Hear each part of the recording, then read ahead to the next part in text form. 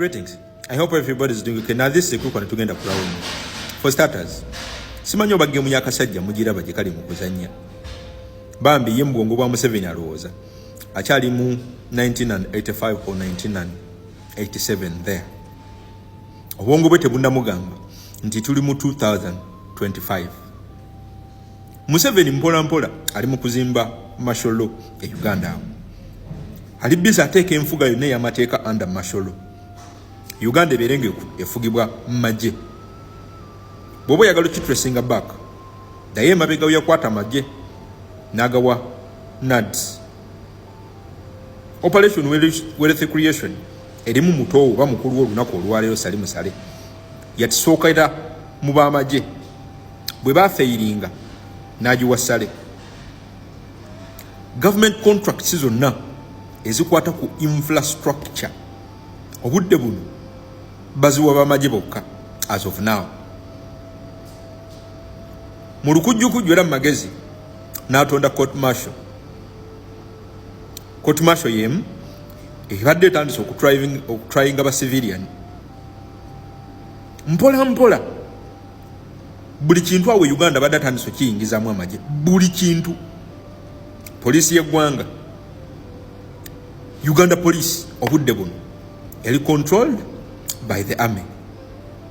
Slowly by slowly akasajja kali mu kuzimba Masholo, Uganda kali mugiteeka wansi wa nfuga y'amagye. Bambi Museveni alowooza tetubiraba. Kati waliwo gemu gye bali mu kuzannya simply because tuli mu political year. Bali mu kuzannya gemu ya hide and seek, bad cop good cop. Bali mu kutuzannya ping pong wakati w'amasiga executive mwafubutuka, legislative ne judiciary. Obudde buno bali mu kulaga balina akantu ke bali mu kutambuza okulaga mbu amasiga abiri gano mbugayinamu a bit of independence, mbugayisa ebiragiro oba gayisa decisions mbunga gali independent. Asiga ekifaananyi kya independence eya executive, I mean eya legislative ne judiciary mu mwaka ogw'ebyobufuzi. What's the end game? Abarakaki kali very simple. Saagala gwe bakutomeze mbu ofunemu a trust. Ate ekisinga okummalamu amaanyi nti waliwo ne byabufuzi abaludde mu game ya politics naye nga they can't sense this obudde buno nga tebasobola kubuusa bantu nti game gyali mu kuzimba obudde buno nga tuli mu mwaka ogw'ebyobufuzi.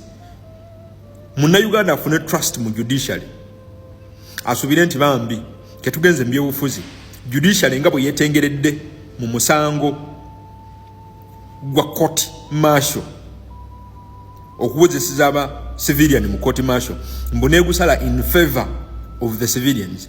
Mbu judiciary yemu esobola okwetengerera n'esala ebituufu ebivudde mu kalulu. Don't you be made a fool. Eno yonna gemu gye ggwera kugula trust yo oleme okukola kyoteekeddwa okukolaga gwe munnayuganda.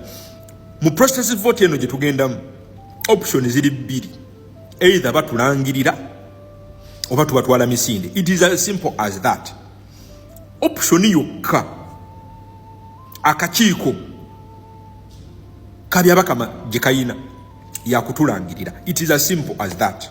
Wabula bano kye bali mu kuzimba bali mu kukulaga nti eno webyabakama n'ebibeera biganye kooti etandise okusala amazima osobola okuloopa. Don't you be made a fool. Nzija kukakiiko kabyabakama mpola mpola. Kasooke tuddeyo mu parliament. Wiki yemu eno walabye parliament mbu yaganye okuyisa sente za Muhoozi yabadde asabye mbu ezigenda okukuuma akalulu biliyoni 138. Mbu parliament rejected the proposal. Said who? This is a game. Nchiddamu.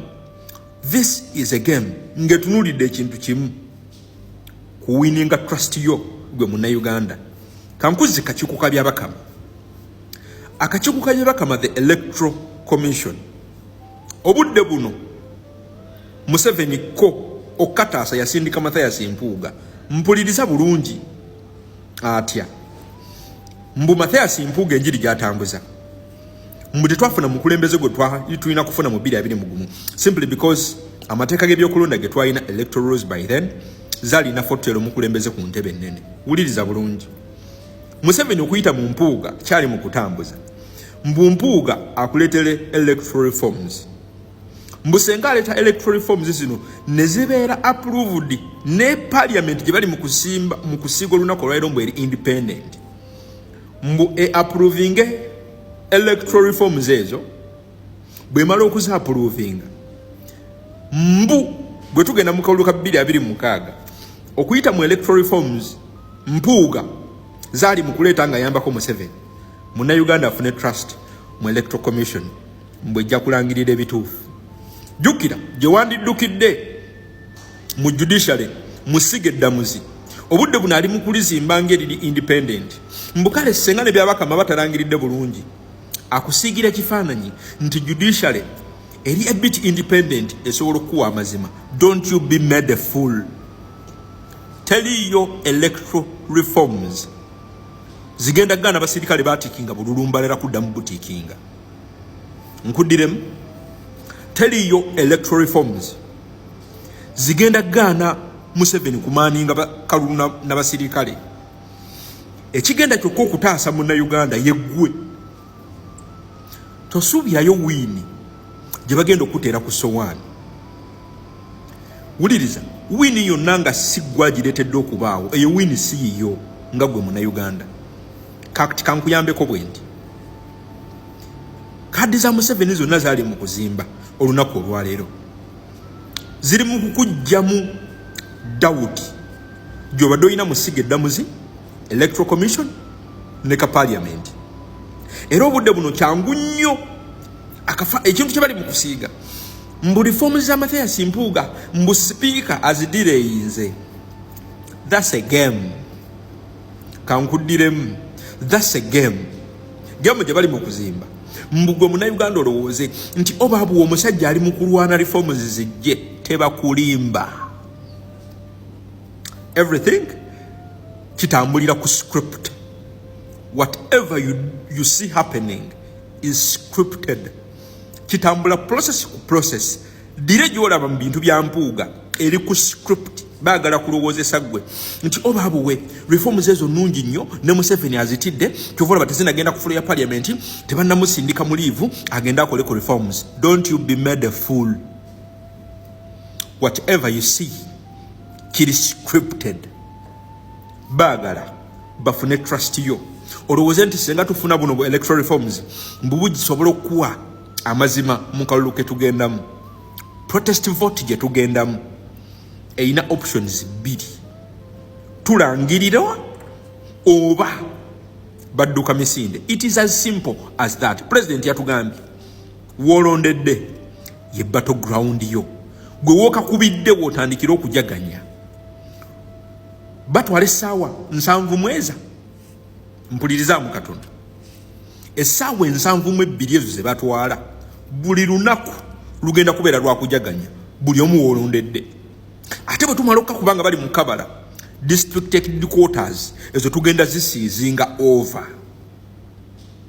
Tebakusiruwaza bino byewalabye Supreme Court yesala gwe weebuuzeemu byabakama ne bajjaaji bonna bewalabye ku pano. For the last 4 years ng'abaana ba NUP bawozesebwa mu kooti ey'amagye mbu babadde tebakimanyi nti kiri unconstitutional. Babadde tebakimanyi nti kimanya amateeka.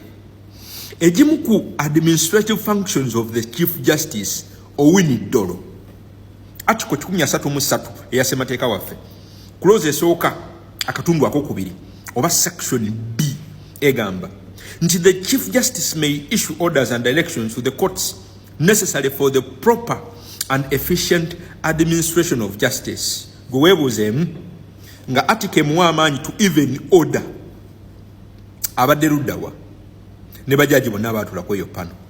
So mu bufunze Munnayuganda Museveni takuzannya gemu ya ping pong. Tobaako trust gy'oteeka mu masiga gasatu. Not even the byabakama electoral commission. Mpuuga ayina kaadi gyali mu kutambuliza Museveni temwerabira. Wonna w'omusanga jinja ku mutwe. Salute.